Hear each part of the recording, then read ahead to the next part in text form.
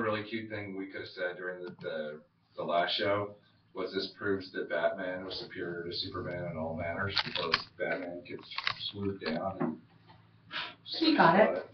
You got it. All right, we're ready. Since Google Plus is not cooperating.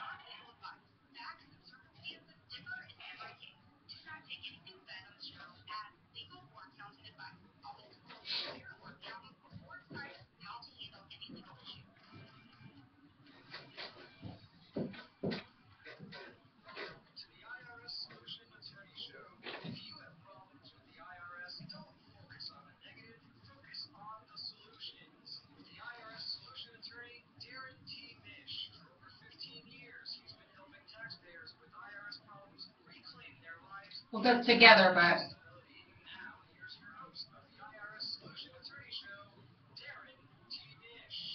I'm Darren Mish, and I'm here today with my co-host Katrina Madewell. It's our inaugural show, and she's here helping me out so we can pass along some really good information to you folks who are in need of IRS solutions. And I'm very excited to help you co-host your show, which is brand new, the IRS Solution Attorney. Can definitely vouch for you on that. Been friends for a long time. Met you a long time originally as a guest on my show, and a rock star in what you do. It is so cool to be here and to share some of this information with the public, you know. Darren, you do so many cool things, like I know you do on a daily, weekly, monthly basis, that you're going to share these stories, and the person listening is totally going to relate to many of the things you're going to say. Absolutely. You know, I represent just regular people who just find themselves in unfortunate circumstances, and, you know, it's not like they've done anything wrong or intended to do anything wrong and end up owing the IRS, you know, tens of thousands or hundreds of thousands or even millions of dollars. It's just they find themselves in circumstances that they just don't know how to deal with. In your history, your background is interesting. So let's talk about that for a minute, because just like me, I had a hiccup with the IRS once. I shared this on a show I did with you a long, long time ago. I was like 7, 8 months pregnant with my oldest daughter. I had an IRS lady literally come knocking at my daughter, and it was like the worst possible time financially. It's the way it goes probably for most of your clients. Exactly. You know, I don't know many people middle-aged or older who don't have an IRS story, but I'm not ashamed of this. I actually had an IRS problem. I had just gotten out of law school, and I was actually a public defender for a couple of years, and then I went into criminal defense, and in law school, they don't teach you anything at all about how to run a business, how to pay your taxes, how to make sure. They don't even tell you what payroll taxes are, for goodness sakes. Or even in college, right? Everyone's crazy. Anywhere, you know, I'm not sure they teach you that on the CPA exam. I don't know how to take that, but so I found myself with a tax problem. I actually found myself with 2 tax problems. I wasn't being terribly responsible in paying my own taxes because of something called estimated tax payments, we'll probably talk about quite a bit on the show. And also, I wasn't even aware of how payroll taxes for employees ever ended up, you know, at the federal government. I had really no clue. And so I ended up with 2 tax problems, went looking for help. They weren't enormous problems. I would say sum total of both problems combined was probably under $10,000 or $15,000. But, you know, when you have that and it's kind of bearing down on you, it can be a pretty intimidating, pretty scary situation. You were a young guy, right, at the time this happened? Yeah, I was probably, I don't know, 26 or something like that, and I was more interested in having fun and having a good time. Like most 25-year-olds. Yeah, exactly.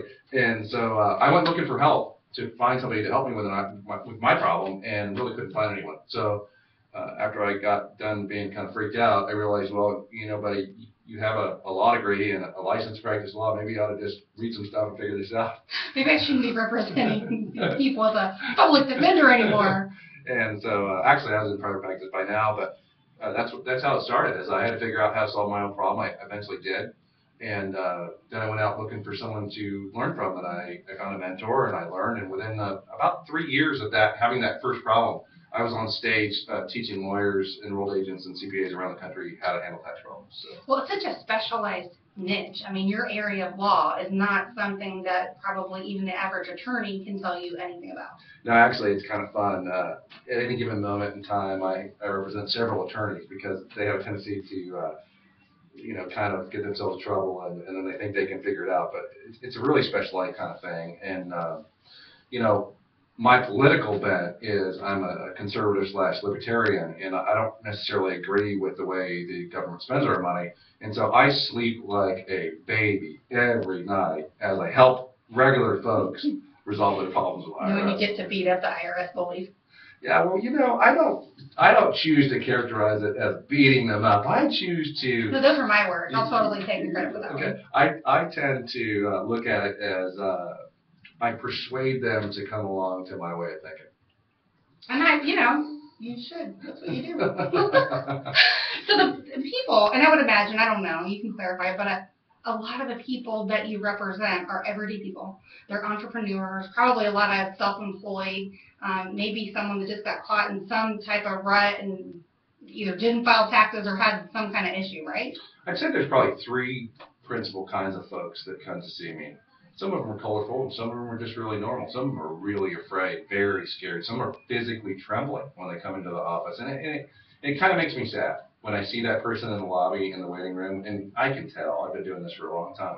I always go out and greet the people myself, and I can tell when the strain, the anxiety, and the stress has really gotten to those people.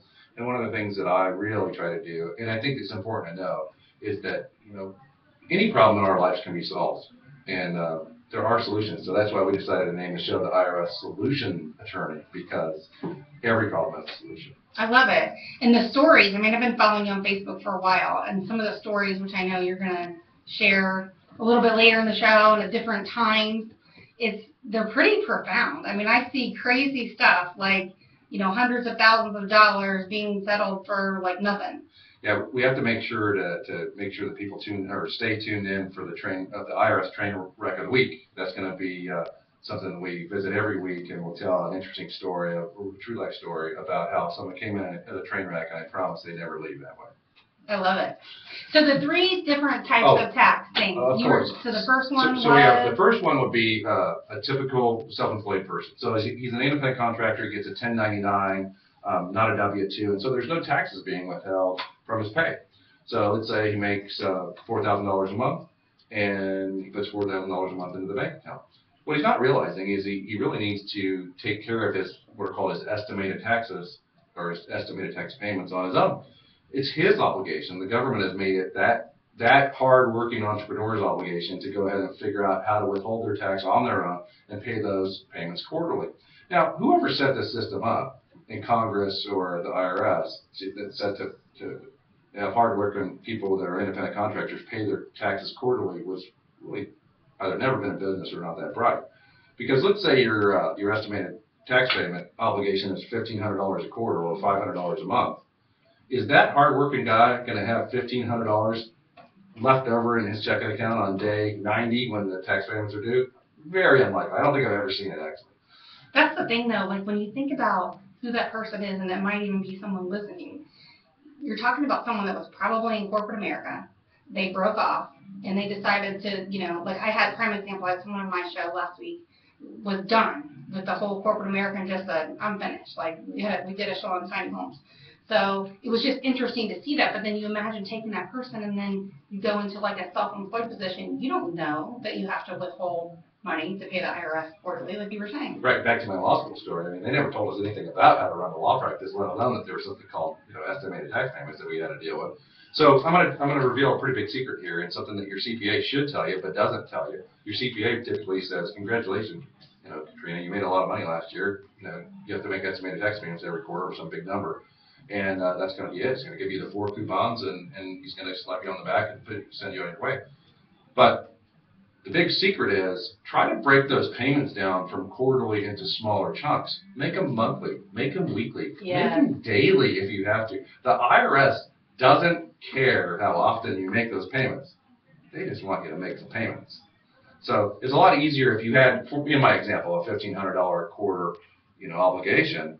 pay that thing $500 a month, or pay it $125 a week. If Whatever that's, it is. whatever it takes, because one of my favorite little sayings is, if you put that money aside into a checking account, a special segregated account, and wait to pay it quarterly, like I've done in the past, it seems like there's always some reason why you have to, air quotes, borrow the money. Murphy's going to sneak up in your bank account and take it. The baby's going to need diapers, or something's going to That's happen, right. and you're going to borrow the money from yourself / the government, and it's just not going to work out. You're going to find yourself behind the eight ball. And am I correct in remembering that that's like the worst kind of tax you can owe to is like payroll taxes? Well, we're not talking about payroll taxes here, but yeah, generally speaking, yeah, payroll taxes are the ones that the employers are supposed to take care of, and That's the one that happened to me. Yeah, and those are 23 years old, starting my business, had a bad CPA, like got really bad tax advice. Didn't realize that was a start of a train wreck.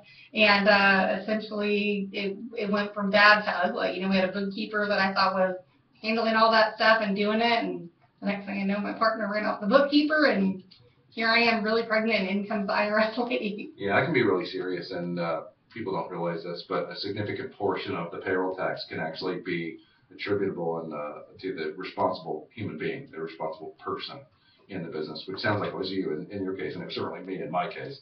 I don't think either one of our cases got that far, but it can get pretty far down the road. A $500,000 payroll case is really not unusual at all. So can you imagine, Owen? I mean, we were talking about how scared we were when we owed $10,000. Yeah, it was 20 in my case, which was a lot of money at that time. Yeah, can you imagine owing $500,000? No. And those are the kind of people that I represent on a daily basis, and somehow it typically seems to work out. Also, let me tell you the other two types of people. Very short. The second person would be the person who made an early withdrawal from a retirement account, like a 401k or an IRA. Oh, that's a good one. And they were thinking that, hey, the 10% is what I have to, have withheld.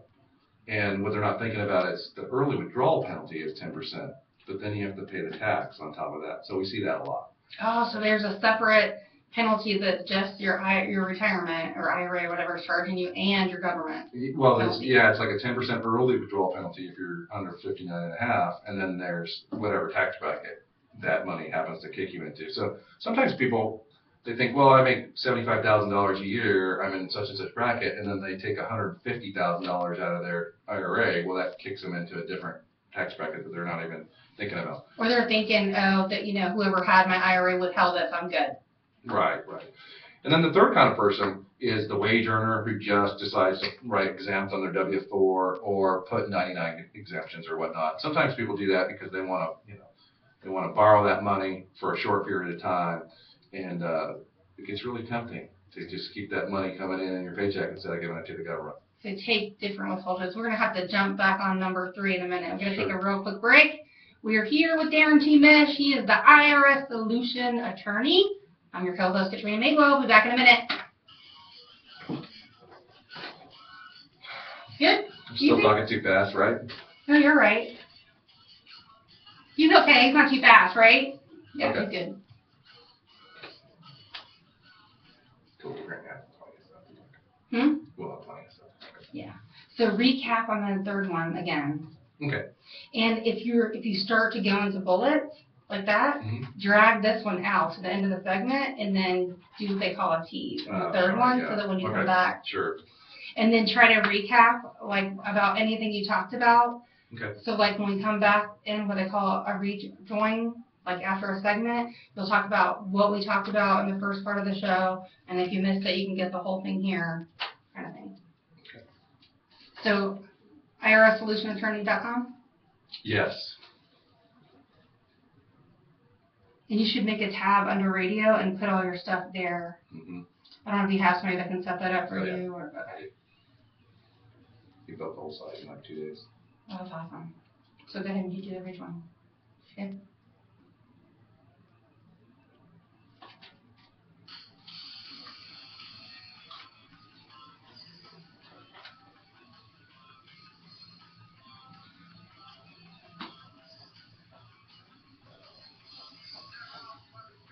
I'm Darren Mish, back again with my co-host, Katrina Madewell. Thanks. Thank you for rejoining us today for the IRS Solution Attorney Show. If you missed any part of the show today, you can recatch it on Darren's website, IRSSolutionAttorney.com. we're brand new, but we're going to put a tab under there called radio, where you'll be able to catch all the shows in their entirety. They'll also be available on a podcast, so hop on over to iTunes and we'll get it for you up there and you can catch the whole thing in its entirety. So to recap, we were talking about the 3 different types of people who end up with IRS, challenges, problems, whatever you want to call them. The first one was the self-employed guy. Typically, this, the independent contractor or the very small business person who basically didn't submit their taxes. Yeah, non-incorporated, just to file what's called a Schedule C. That's probably the least sophisticated kind of business owner that we have. The second would be the person who made an early withdrawal from a retirement account that just didn't figure out that there was taxes that needed to be paid at that time. And then the third would be the employee who, for some reason, didn't fill out their W-4 correctly or claimed an inappropriate amount of exemptions. Or sometimes people will just write exempt on a W-4 so that they get 100% of all the income tax that should have been going into being withheld, and so they get it in their paycheck. So break down the W-4. What is that again for the person listening? Good point. The W-4 is the form that you fill out when you first get hired. There's that flurry of forms that right, and people are like, I don't know, the W-2, 1040, like they're all numbers. So the W-4 is the form that you fill out that you're telling your employer how much tax you want to have withheld. So the ones people might only see once. Exactly. You're probably only going to see this one time. It's going to ask you what your filing status is. So is it single? Is it married filing jointly, which would be typical for married couples? Is it married filing separately, which is another option that married couples have? Is it head of household? Is it, we're starting to get into... which can be confusing, right, for the person listening. So that it's certainly a CPA question. But to touch on what a W-4 is. I would say, for your average single person, the appropriate status is going to be single. For your average married person, it's likely going to be married filing jointly, although there are reasons why you might want to file married filing separately that we can't really get into right here. But this is really interesting. People always think that head of household, which is a filing status, means, whoever wears the pants in the family. And I'm here to tell you that's not what it means. That's a great point. It'd be kind of cool if that's what it did mean. Because I think my wife would be filing head of household. She's like, it's me, buddy. But head of household means basically single parent raising a dependent, usually a child. So that's the single mom with a kid or 3 kids or whatever. She's going to get to file head of household because it's going to give her some tax breaks that she wouldn't get if she were to file single. So single is like just one. Yeah, single would be like a person head of household, living alone, meaning I got to pay bills for somebody. Right. I think that's a pretty good layman's definition. Yeah, just trying to break it down. So that W-4 is something that you fill out with, your employer, and you can fill these out more often than once. It's just typically people fill it out one time. It's kind of out of sight, out of mind. So you would file your filing status, single, married, whatever, and then you would put a number down for your number of exemptions. And the form itself is like 7 or 9 pages long. With all the instructions and whatnot, but typically, if there's one of you, you're going to claim 1 or 0. If you claim 0, you're going to have the maximum amount of tax withheld. So the person who claims... So the lower the number, the higher the withholding. Is that right? Yes. Okay. Yes, exactly. So the people who claim 0 typically are going to end up with the big tax refunds at the end of the year. And the people who have higher numbers mean they either have more children or they're going to have less tax withheld from their check for whatever reason. So you had someone once that literally put 99 on that form? Yeah, it's a kind of a common tactic. I don't recommend it. I strongly advise against this. Well, I mean, that, to me, I don't even know anything about your world, but I would think audit, like 99, like, no way. Well, they can't really audit the W-4, but... It's a red flag, right? Yeah, and there's something that could be called backup withholding. If the IRS figures out that you're playing games on your W-4, they can basically force withholding on your employer, and it's usually an unhappy situation. So that's the third kind of person, is the person who basically, in a nutshell, plays some shenanigans on their withholding so that they get more money back. And there's some people out there... do you think that's intentional or accidental, or like, what do you think the story is behind that? Guess. I mean, it's different for everybody, but... I've met a bunch of accidentals, and I've met more intentionals. Okay. So there are people out there who feel legitimately and sincerely that taxes are unconstitutional or illegal, and the IRS is a foreign corporation, and things like that. You've seen those, the ones that say never pay taxes again, kind of thing. Yeah, I actually enjoy talking with those folks, not professionally necessarily. I don't like to represent those folks because it's really, really, really challenging. But unless they've reformed, unless they've come around to see things my way, and we're going to go ahead and challenge the government through their own manual, through their own codes, sections and citations. And I've reformed a lot of tax protesters, and boy, do they hate the word or the phrase tax protester. But listen, if there's anybody out there offended, I'm not using that as a pejorative. I'm not trying to insult anyone. I have to call them something. So. I want to be a tax protester, sort of. I think. No, you don't. That sounds good in theory. Yeah, it does, but it doesn't usually work out well. So how do these things usually unwind? We'll start with the first person, that self-employed person. They worked in corporate America, they ditched it, and now they've decided to go out and start their own business. And so when is this usually rolling around? It's like the end of the year, they file their tax returns? So kind of back to our point, the person who left corporate America was good at something. They were good at the thing they did in corporate America, right? But they're not really that good they're probably not just naturally born a good administrator or a good business owner. I always joke that even though, my practice is basically exclusively limited to the resolution of tax problems, that I spend about 80% of my time being an administrator and about 20% of my time being a lawyer. So these people are a good baker, they're a good plumber, they're a good widget maker, whatever it is. And so they haven't really thought about the tax consequences. Sometimes people don't even think they're going to make any money, really. And so the money starts coming in, and they're just living hand to mouth, and they're just trying to get by. And then maybe, if we're lucky, they give the shoebox of receipts to the accountant at the end of the year. April 15th comes, and the accountant breaks the news, hey, you owe $17,000 or whatever the figure is. And oftentimes that number's a shock, because it's not coming out of their pay like it did when they were working at corporate America. The reason that Congress put forced withholding into place years ago, I think it was around 1912, something like that, was because before that, what would happen is we would all just calculate our taxes at the end of the year, and nobody ever had the money. And so almost everybody in America had a tax bill, and it was causing discontent and unrest. And so Congress was like, no, we can't have any of this. We can't have people unhappy that they're not, and not paying their taxes. So they decided to go ahead and force withholding. So this person it hasn't been coming out in tiny bites. There's this big giant bite at the end of the year, and it's just shocking. And so now they're an IRS shock. Right, and so what a lot of people do is they ignore it. They bury their heads in the sand thinking, it's going to go away. I'll take care of it later. And they sincerely want to take care of it later, but later never comes. And then another year goes by. And so now they don't even bother filing, because nothing happened. Now they're scared. They're like, ooh, I still owe $17,000 from last year, so I don't even want to do this again. Maybe I'll just not file. I don't really know when the fear kicks in, but at some point the fear kicks in. And my average client, or the average case that I see, 8 to 10 years of non-filing has gone by, and by the time we get everything caught up, they owe $100,000, and now we got a problem. So is typically the IRS knocking at their door? Are they getting letters? Sometimes I get two types of clients. Sometimes the IRS is knocking on the door, and remember that government shutdown in fall of yes, where they froze everything? It wasn't last year or the year before. Yeah. I don't remember. Oh yeah, but that our loans, remember. That government shutdown just about put me out of business, because I have a lot of clients come in because a revenue officer, which is a local person who is tasked with the job of collecting money. Revenue officers go out and knock on people's doors, and they shove a lot of clients in our door, because it's a scary situation. Even if a revenue officer just left a business card at in your door, that's a scary thing.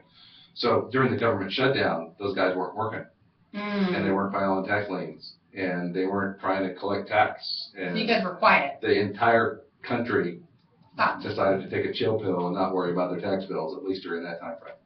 So that's what happens, is nothing happened, and it builds up to a big number, and sometimes people just want to come in out of the cold because it's really bothering them. It's affecting their quality of life. They just know something's going to loop around. It's going to be an issue. It's affecting their marriage, whatever it might be, and so they want to take care of it. So they come in, usually shaking, nervous, and we sit them down and we figure out a solution. And there's one that's even bigger, the one I remember oh so well. We'll talk about that one in a minute when we come back. This is Katrina Madewell. I'm the co-host for Darren Mish, the IRS Solution Attorney Show. We'll be back in a minute.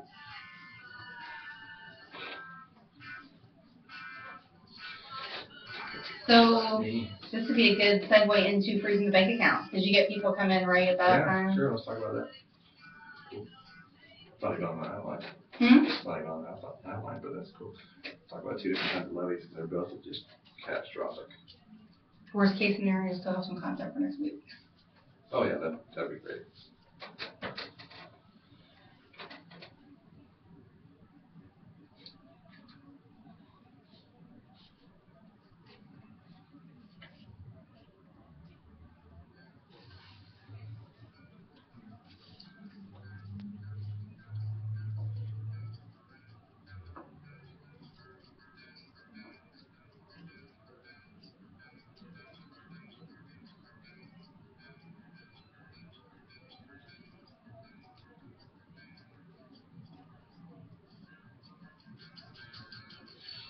I'm IRS Solution Attorney Darren Mish, back again with my co-host Katrina Madewell. Welcome back. Thanks for listening to the show.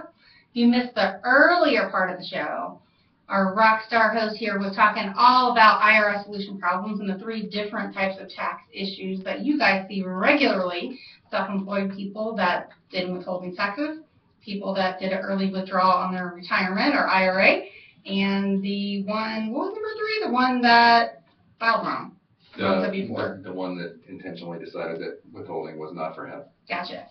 So we were talking about how, people walk in, what stage they're in. And I remember from the very first time I ever had you in the studio, which has been a while ago now, you were talking about when the bank account gets frozen.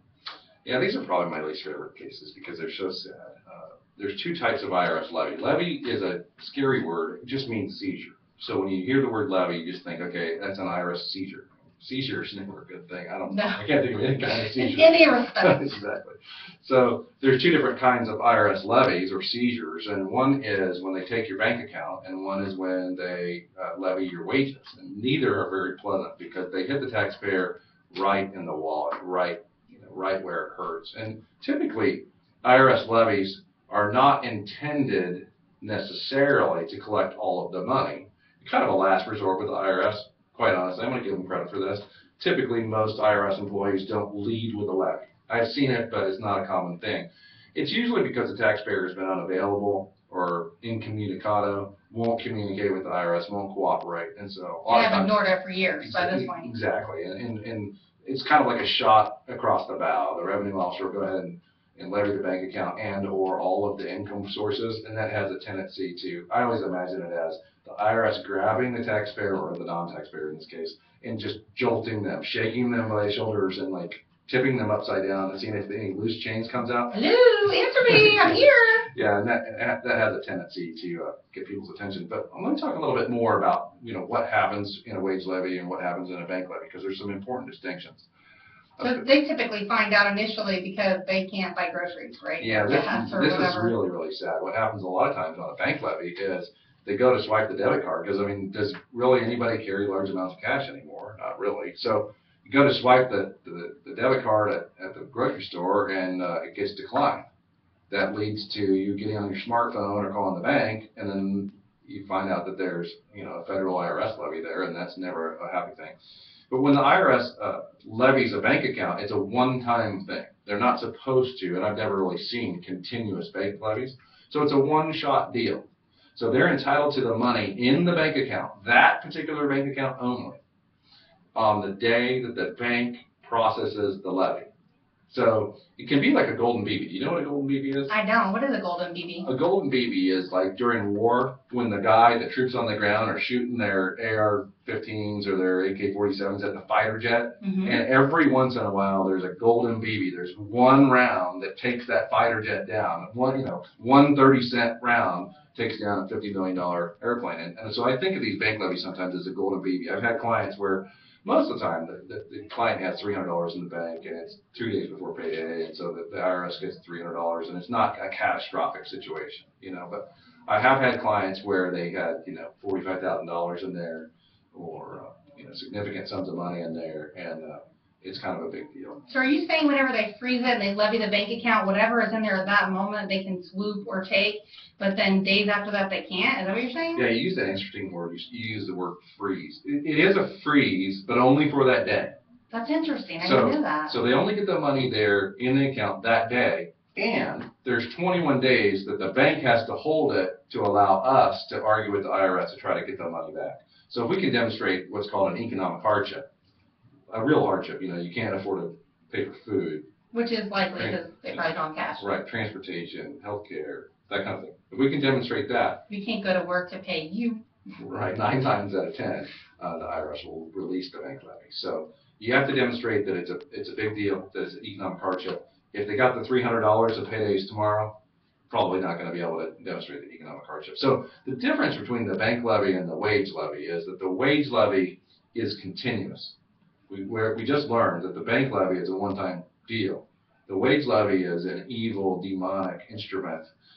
It is not a one-time deal. It's an ongoing deal until the debt is paid. Now there's a table. So they're swooping money from, like they're contacting the employer saying, give me the whole check, part of the check, whatever they want to take, or how does that work? That's exactly what happens. Is there's a table that the IRS sends to the employer with the wage levy notice, and you check the filing status, how many dependents, and it's kind of like a graph, and then you just drag your finger over there, and there's a number there, a figure, and that's how much money you get to keep in your bank account, and it's a low number. It's a ridiculously low number, and so like 25% of whatever you might normally get to bring home? Yeah, low? I mean, that's a pretty good, So they're taking 75%, give or take, whatever, dependent. It's an ugly situation. Table. And it's even, when a self-employed independent contractor has this kind of situation, it's even worse. So you're a real estate agent, right? Mm-hmm. So I assume that the funds go to a broker and then kind of filter down to you. Right. So in the situation with a real estate agent, it's even worse, because what happens is they send the levy to the broker, and that levy says, pay us everything you owe Katrina. Wow. And it's continuous. So, what happens in that situation? Either we get the levy released, or Katrina goes and finds a new broker. Well, either way, can it follow you? Can't they chase your new broker? They can, and then they're certainly legally entitled to, but they typically don't know where you just went to the new place for quite some time. And that's the point. Why would you run from it? Because eventually it's just going to come full circle. Totally agree. You don't want to run from it. You want to figure out what the solution is and deal with it head on. So eat the frog, grab the bull by the horns, whatever it is, just knock it out. Usually the solution, there's some pain involved, but it's not like hack your arm off pain. It's like you get a sore arm kind of thing. I don't know if that's a good analogy or not. But, You're going to have some bruises, but you won't lose your arm. Exactly. So what about and this is a good one too, because doesn't the IRS have a certain amount of time to collect money that the taxpayer owes, or how does all that work? Do you like secrets? Yes. Tell me a secret, I want to hear. I think everybody likes secrets, and government secrets are even more interesting, I think, because don't you always feel like the government's holding back information from you? Yes. That you're big brother, is that the right word? Yeah. Big daddy? Big daddy. Big something. Whatever. You always feel like the government's withholding information from you that could impact your life. And I'm gonna reveal a government secret here, and that is that there is a statute of limitations for the collection of tax. So in English, in simple terms, what this means is the IRS only has 10 years from the date that the tax is assessed to collect it. So going back to your same scenario, you have a self-employed person, didn't put aside any money or pay any monthly or quarterly or any type of payroll or income taxes. CPA does their taxes and they owe $17,000. So you're saying? Well, I used a really interesting word that most people don't know what it means. I use the word assess. So they have 10 years from the date the tax is assessed to collect the tax. Tax is assessed when we file a tax return voluntarily, or if there's an audit and then there's an additional assessment of tax where we owe more money, right? So if there's no assessment, the statute of limitations never starts to run. So the people that don't file for 10 years, they don't get off scot-free. There was never an assessment typically, and so the statute of limitations doesn't run. So is that better or worse, not filing versus owing, not paying, running? I think it's easier to end up in more trouble not filing than just filing every year and at least having a handle on where you're at. There's something that the IRS can and does do when a taxpayer doesn't file. If they have sufficient information to prepare a return, they will eventually prepare something called a substitute for returns. We call them SFRs in our business.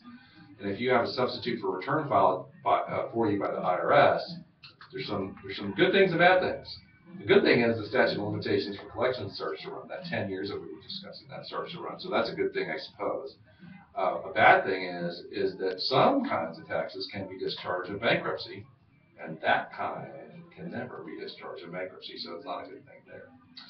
So if they file the return for you, you can't discharge that? Well, it's debatable. There's some bad case law out there that seems to stand for a very strong proposition that taxes are substitute for returns are not returns, therefore cannot be discharged in bankruptcy. I've read the cases. They don't make a lot of sense. But when you consider that federal court judges are paid by the U.S. Treasury, it does make sense that they have a little bit of a priority in making sure the tax debt gets collected. And that's not saying anything bad about judges. So you can actually include taxes that you owe to the IRS in a bankruptcy? There are certain circumstances where you can file a bankruptcy and discharge taxes. There's two kinds of bankruptcies that we're talking about here for just regular folks.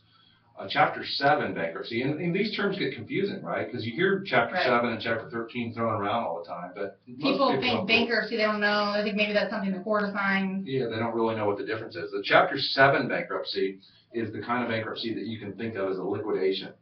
It has a tendency to liquidate your debts. It has a tendency to liquidate any assets that you have over certain amounts too. So fire sale, get rid of it, done. Yeah, I think that's a good layman's term way of thinking about it. And then the Chapter 13 is the kind of bankruptcy where you have some debt, and what you do is you pay some portion of that debt over a period of time on a monthly basis, usually a 60-month plan. So repayment of the debt over 5 years, usually not the full amount. Correct. Some type of reduced settlement agreed. Some are par. So I'm going to talk about some timing rules. And generically speaking, there's 3 timing rules. The returns have to have been due, including extensions, for at least 3 years. They have to have been filed if they were filed late for at least 2 years, and the taxes have to have been assessed for at least 240 days. That's really confusing. It took me years to understand what I just said. So what you can think of is, if you just needed one number to think about, you could think about the returns have to have been due and filed for at least 3 years. That'd get you in the ballpark to think about maybe a bankruptcy could be an option. So we've done bankruptcies, Chapter 7 bankruptcies, where we wipe out the debt into, $500,000 range. That's amazing. Yeah. So I imagine the person listening is probably like, wow, I can file bankruptcy and include my taxes. That's an option. There's a really cool side effect too. If the taxpayer owed $500,000 and they had $90,000 in credit card debt, the credit card debt goes out the window too. So talk about a clean slate, like starting over. And that's exactly the kind of person that the bankruptcy laws were intended for. Not the people who got the law changed in 2005, who were really abusing things. They were running up credit card debt and then just like punching a button and like swiping their debit card. Yeah, they weren't. Time to review it again, baby. They weren't it's not for the people that were just ejecting, doing this intentionally. Some people really do deserve that fresh start. Gotcha. And I know that we talk all the time about selling pennies in the dollar. I've heard commercials and all this kind of stuff. So can we chat about all that when we come back after the break? Pennies on the dollar settlements are certainly possible. We'll talk about it when we come back. You're listening to the IRS Solution Attorney Show. Back in a minute. So we have one more left? Hmm? We have one more? One more segment. He'll tell us how long in a minute. I don't want to talk about. I just wanted to do like a foundational show so we can kind of understand what we're talking about. So what do you want to touch on for the last part? Anything specific? Some of the offers. Okay. I can't, there's no way I can explain all that. So save it for your next show. I'll just kind of gloss over. You talk about hardship, which is this here. Just think that's called currently not collectible. We can talk about installment payment or installment agreements in the train wreck. Okay. You got a train wreck story? Train wreck's gonna take like 5 minutes, so, or 3 to 5 minutes probably. He's a realtor too. I love it. How many minutes? 12? Okay, so when that clock says like 43, so about 40, do your train wreck show.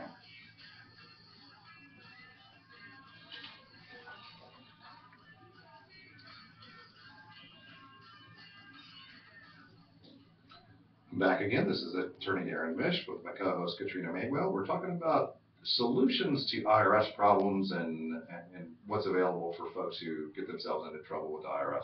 Thanks for sticking around. We're glad you came back. If you missed the show, you can catch the whole thing in its entirety. We're going to post it up for you over there at irssolutionattorney.com under radio. We'll get all the weekly shows there on a podcast. So if you are catching something, you're in and out of the car, and you know you want to hear the whole thing, hop on over there to irssolutionattorney.com and catch the whole thing in its entirety. So let's talk about settling cases for pennies on the dollar. I mean, that's pretty interesting, right? That's juicy stuff. I see your stories. I'm like, how can that be? $500,000 for what? Now, certainly, the program is called an offer and compromise. And certainly, an offer and compromise is not right for everyone. But there is a significant portion of people that I come in contact that it is right for them. An offer and compromise is where you make a deal to settle for less with the IRS. And the amount of the offer is calculated using a pretty simple formula. We're talking about what's called a cash offer here. And a cash offer is calculated using this formula. They take your monthly disposable income times 12 plus the value of your assets, and that equals the amount of your offer. So that kind of sounds weird, So right? what was that again? Kind of recap that and give me some real numbers to work with. Sure, I'm going to give you an example here. So let's say your monthly disposable income, this is according to the IRS, okay? The monthly disposable income was $100, and you would take $100 times 12, which is $1,200. Disposable income meaning whatever you have left after your bills, right? Disposable income is the difference between your gross income and your allowable expenses. So there's kind of a tricky word in there, right? Allowable. Like who is the IRS to decide if it's allowable or not, right? IRS. I mean, don't we get to decide what we're going to spend our money on? Well, Fun with me. But if you owe the IRS, if you pay your taxes, you get 100% decision authority on how you spend your money.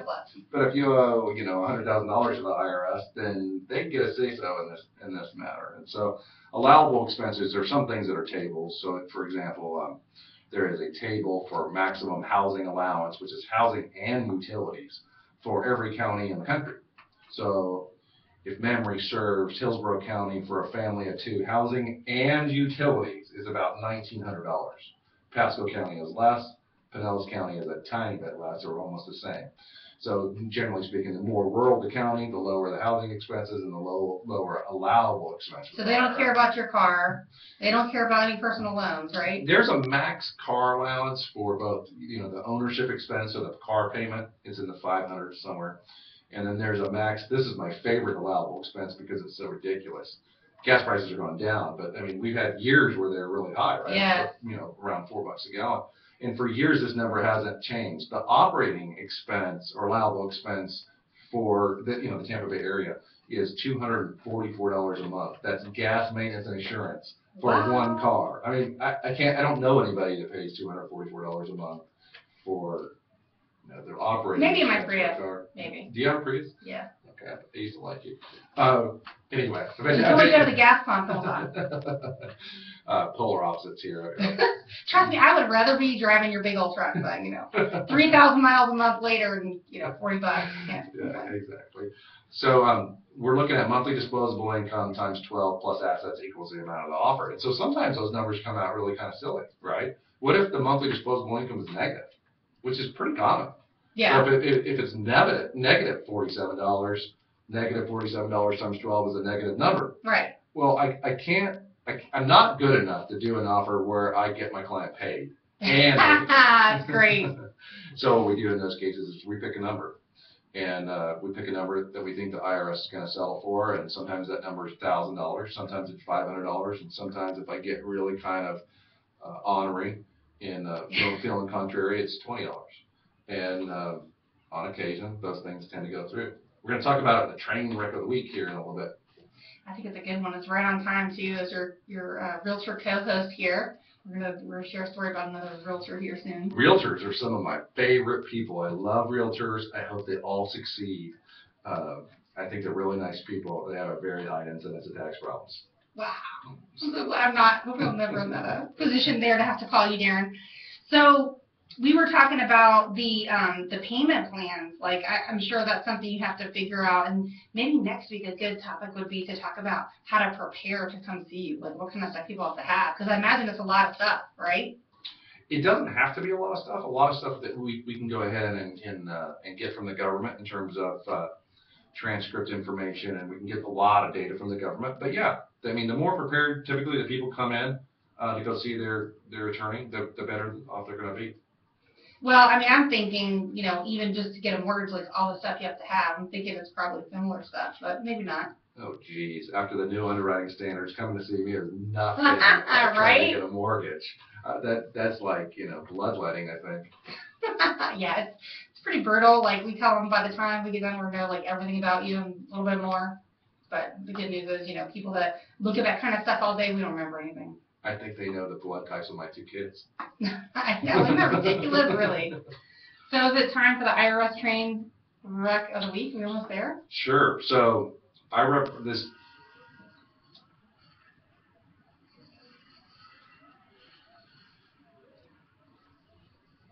Okay, this just recently happened. I'll never forget this. It was a surprising outcome. Gentleman comes in and he's very nervous. He's visibly shaking. He's not sure if he wants to share this story with me or not, but it turns out he's a realtor and he's had a problem filing returns in the past. So just hasn't filed at all? There were some that were missing, for sure. There was at least one. So like 1, 2, skip a few, or? Yeah, it was kind of like that. Okay. And one of the things you have to do in order to get an offer and compromise through is you have to get your missing returns, you know, filed. The few you skip's got to get in there. And that makes sense, right? Because if you're going to do a deal, a global settlement, so to speak, with the IRS, don't you want every dollar in there? Yeah. You want to settle the whole thing. And so, fortunately, that's one of the requirements, is that you have to get all your missing returns done. And so it took him a long time. He had a lot of fear, anxiety, and emotion wrapped up in this problem, a lot of shame. And it took me about a year to cajole and then ultimately bully him into getting the tax returns done. And when we got them all prepared and filed, the total balance ended up being $216,310. Wow. How many years was that for? I think it was about 6 or 8 years. He had some good years, you know, during the real estate boom. He had about a $100,000 bill for one of those years. So that was probably a really good year that he had. But I mean, to owe almost $250,000 to the IRS, I'd be scared too. He was pretty much paralyzed. I mean, this was the end of his world in his mind. And ultimately what happened is he ended up having a heart problem. And he ended up in the hospital. So he drew himself to like a heart attack? Yeah, and part of it was because just the sheer physical anxiety that he was imposing upon himself, just freaking out about this and being stressed about it. And so I have a special place in my heart for people that feel like that, with that anxiety. I've been through it. I know how it feels, and it's just not a happy place to be. So ultimately what we did is when we calculated his monthly disposable income, it was negative. So we went ahead and filed an offer compromise for $500. Now this, for those of you at home, this does not happen. This is a very unusual circumstance. But what happened is ultimately that offer and compromise was settled, no questions asked, no more documentation, no further bank statements, nothing. $500 to sell $216,310. So someone for 7 or 8 years of non-filing of returns, non-paying income taxes, owe the government $250,000, you got to settle for $500. Yeah, this is not typical. But it's, you know, it's one of those, wow. But it does happen. And I would encourage people to just know that the program exists. They don't have to use me. They can use anybody they want. They can do it themselves. But this program is out there. It does work under the right facts and circumstances. This was a guy who really needed a break. The government realized he needed a break, and he got it. But you've got to call Darren because he's awesome. Heart of gold, knows his stuff. Like any professional you're going to hire, they need to know their stuff. That's like the biggest #1 thing. So I like to think I know my stuff. I mean, I've been teaching this stuff for a really long time, about 12 years. I speak to attorneys, enrolled agents, and CPAs all over the country. I really love it. I live and breathe this stuff. I love helping people. I love taking that anxiety and just like turning the frown upside down, you know? Squashing it like a bug. Thanks for listening this week to the IRS Solution Attorney. I'm your co-host, Katrina Madewell. I'm Darren Mish. Thanks for tuning in. This week, we're out. Good show. You got an hour in the booth? Thanks. And you still got more stuff to talk about. I could do a whole, multiple shows on just war stories, but I'm kind of worried the bar is gonna freak out. Why would they? You're not giving names, right? We're not supposed to make self-laudatory statements. You're not supposed to say I'm good. You can, I don't know if you can say I'm good. I think you can. I can say whatever I want, right? I'm not an attorney. I think so. I think that's a good topic though for next week to talk about like stuff to prepare and then get into your other. Yeah, I want to do something like the 5 mistakes that people make that Yes. cause problems, the 5 mistakes they make in trying to solve their problems. I want to do themes like that, and then I'd love to do calls, but.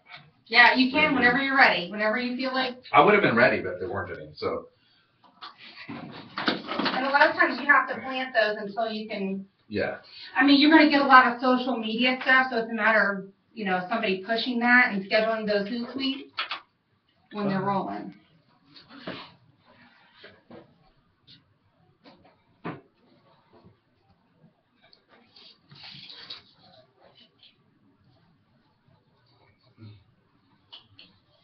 Thank you for spending so much time with me. You're Thank you welcome. for making me feel so comfortable.